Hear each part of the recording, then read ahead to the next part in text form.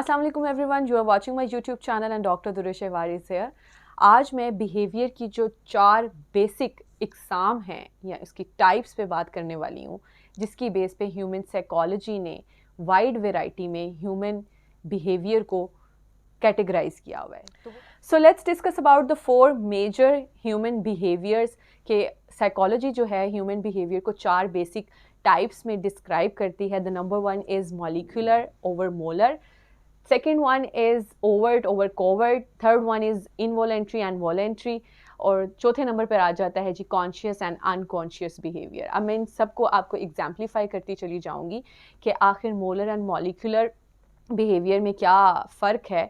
तो साइकोलॉजी कहती है जी जो तो है मॉलिक्यूलर बिहेवियर वो होता है विदाउट एनी थिंकिंग, ठीक है, और जो मोलर बिहेवियर होता है वो जिसमें आपकी थिंकिंग रिस्पॉन्स जो है वो इन्वॉल्व होता है। अब इसकी एग्जांपल इस तरह से मैं दे सकती हूँ आपको कि जो मॉलिक्यूलर बिहेवियर है जिसमें मैंने आपको बताया कि थिंकिंग का एलिमेंट जो है वो इन्वॉल्व नहीं होता, तो उसमें होता है कि जैसे हमारा आइज़ क्लोज करना या ओपन करने का जो एक रिस्पॉन्स है ह्यूमन बॉडी का वो मॉलिक्यूलर में इंक्लूड होता है। मोलर बिहेवियर की एग्जांपल ये हो सकती है कि ऐसा ह्यूमन रिस्पॉन्स जिसमें थिंकिंग इन्वॉल्व होती है, जैसे कोई सर्कमस्टांसेस ऐसे क्रिएट हो गए हैं जिसमें कोई इंसान बड़ा सोच समझ के रिस्पॉन्स करेगा कि कहीं उसके लिए ऐसा कोई भी कदम उठाना उसके लिए या उसकी सराउंडिंग के लिए कोई नुकसान का बायस तो नहीं बन जाएगा। तो जहाँ पे थिंकिंग इन्वॉल्व हो जाती है वो होता है जी आपका molar behaviour. So the next one is overt and covert behaviour. Overt behaviour आपका वो होता है जिसमें हम जो कि विजिबल बिहेवियर होता है, जबकि कोवर्ट ऐसा बिहेवियर होता है जो कि अनविजिबल है। अब इसको एग्जाम्पलीफाई करके मज़ीद आसान करके आपको बता दूंगी ताकि आपको समझने में आसानी हो। ओवर्ट बिहेवियर जैसे मैंने बोला कि विजिबल बिहेवियर होता है, जैसे कि आप कोई कार ड्राइव कर रहे हैं या कोई गेम या स्पोर्ट्स खेल रहे हैं, तो जिसमें ह्यूमन बॉडी बज़ाते खुद फिज़िकली इन्वॉल्व होती है, ऐसे बिहेवियर को ओवर्ट बिहेवियर कहते हैं। जबकि कोवर्ट बिहेवियर की एग्जांपल ये हो सकती है कि जो thinking is totally an unseen process, तो जो थिंकिंग वाला प्रोसेस है वो टोटली अनसीन है एंड अनविजिबल है, तो कोवर्ट में हम उसको इंक्लूड कर सकते हैं। So according to the psychology the third one is voluntary and involuntary behaviour. तो इसको मैं इस तरह से एग्जाम्पलीफाई करूँगी कि ऐसा रिस्पॉन्स जिसमें ह्यूमन बॉडी का खुद का जिसे कहते हैं will and want and desire action जो है वो इन्वॉल्व हो, वो वॉलेंट्री होता है, वो वॉलेंट्री बिहेवियर होता है। जैसे कि मैं अभी जस्ट आपके साथ कुछ नॉलेज शेयर कर रही हैं, so it's my voluntary behaviour. Involuntary को हम इस तरह से एग्जाम्पलीफाई कर सकते हैं जैसे सैलिवेशन का जो प्रोसेस है या मिक्सचरेशन का या जैसे डाइजेशन का जो प्रोसेस है, is totally involuntary behaviour. So psychology में जो चौथे नंबर पे एक ह्यूमन बिहेवियर को डिस्कस किया जाता है that is conscious and unconscious behaviour. इसको मैं कुछ इस तरह से एग्जाम्पलीफाई करूँगी कि जब हम कॉन्शियस बिहेवियर की बात कर रहे होते हैं तो किसी ख़ास मोमेंट में किसी इंसान का उसके इमोशंस, उसकी विश, उसका जो भी थिंकिंग प्रोसेस है, उस सब चीज़ों को मिला के कोई रिस्पॉन्स होता है तो वो कॉन्शियस बिहेवियर होता है। और इसी के बिल्कुल उल्ट जो होता है वो अनकॉन्शियस बिहेवियर है। तो मैं इसको एग्जाम्पलीफाई करूँगी कुछ इस तरह से कि जैसे आपका स्लीप पैटर्न जो है डेट इज़ कॉन्शियस आपका बिहेवियर होता है, आपका सोना, क्योंकि इसमें आप चाह भी रहे होते हैं और आपकी जो मेमोरीज भी इन्वॉल्व होती हैं। सेकंड, मैं इसको कुछ इस तरह से इसको भी मज़ीद आसान करके बताती हूँ, जैसे कि मेडिटेशन है। मेडिटेशन में आप अपने इमोशंस, आप अपनी थिंकिंग को इन्वॉल्व करते हुए आप अपने जो भी आपके मेंटल प्रोसेसिंग या माइंड की प्रोसेसिंग है उसको इन्वॉल्व करते हुए मेडिटेट करते हैं, खुद को रिलैक्स करते हैं। तो ये जो एक बिहेवियर है मेडिटेट करने का, that is totally fall in the conscious state.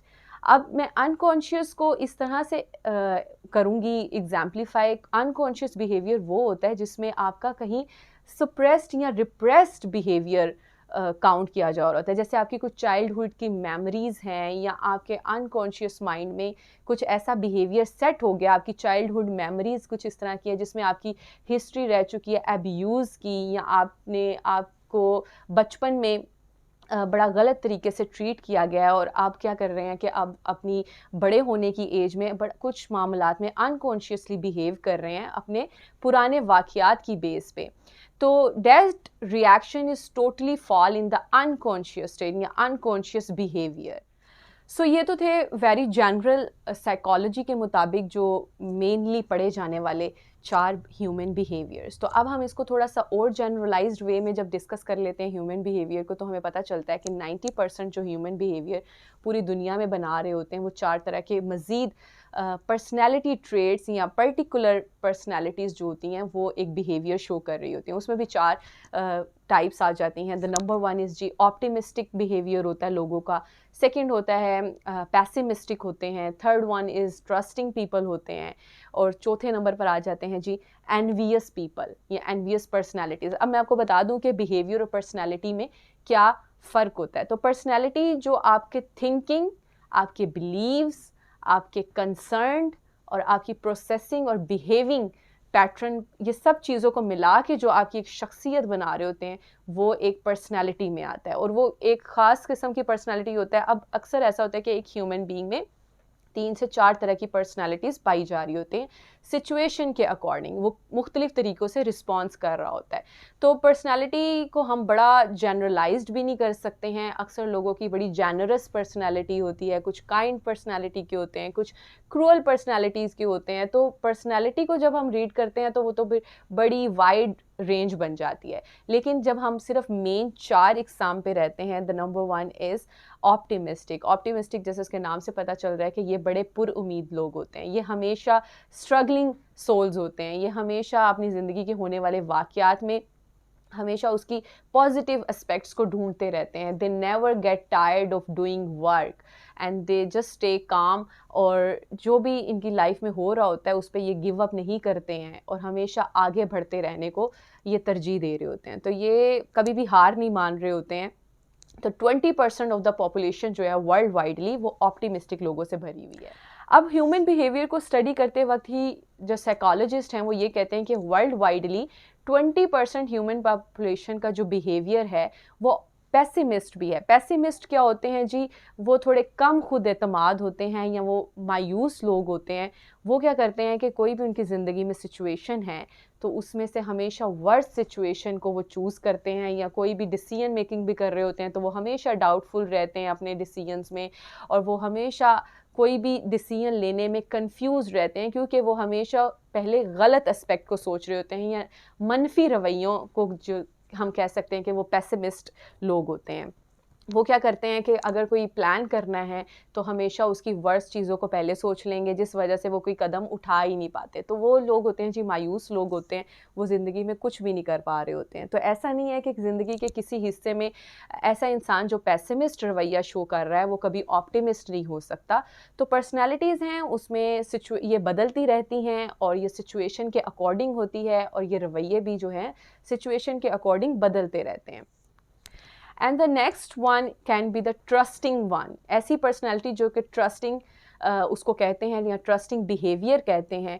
ये वो लोग होते हैं जो हमेशा भरोसा कर लेते हैं, ख़्वाह कोई भी सिचुएशन हो। ऐसे लोग जो हैं बड़े मासूम तबीयत के होते हैं। वो क्या करते हैं कि हमेशा हर सिचुएशन में किसी के भी कहने पे उस बात में राज़ी हो जाते हैं। वो बड़ी आसानी से जो है वो भरोसा कर लेते हैं किसी की भी बात पे।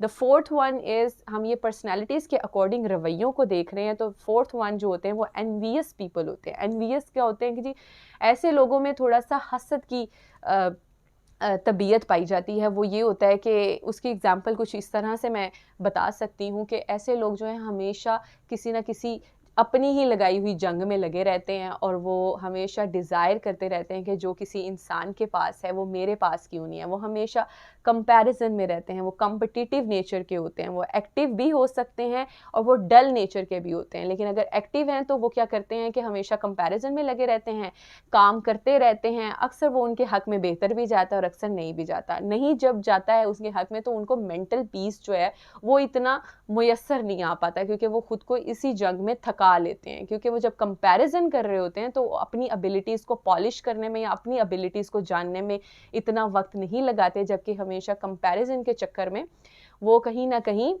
हसद का शिकार हो जाते हैं। तो इन पे जो एग्जांपल आ जाती हैं, जैसे हम जैसे कॉलीग्स वगैरह होते हैं, वो हमेशा एक दूसरे की लेग पुलिंग करते हैं। वो कभी भी एक दूसरे को अप्रिशिएट नहीं करते। मैं हमेशा नहीं कर रही, नॉट ऑल द टाइम, कि आप कॉलीग्स में या आपकी ज़िंदगी में किसी भी एस्पेक्ट में आपको इसकी एग्जांपल्स मिलेंगी। और ये एनवियस लोग जो हैं 30% ऑफ द ह्यूमन पॉपुलेशन वो एनवियस पीपल से भरा हुआ है। ऐसे लोग वो होते हैं जो कि अपने नेबर्स में अगर देखेंगे कि किसी ने न्यू कार ले लिया है तो वो भी ये विश करना शुरू कर देंगे कि वो कार मेरे पास क्यों नहीं है या उसके पास क्यों है। वो हमेशा मैंने बताया कि जैसे comparison. I hope this classification will help you out to know about the human behaviour and it will help you out to lead your life more precisely, और आप ह्यूमन पर्सनैलिटीज़ को रीड करना सीखेंगे।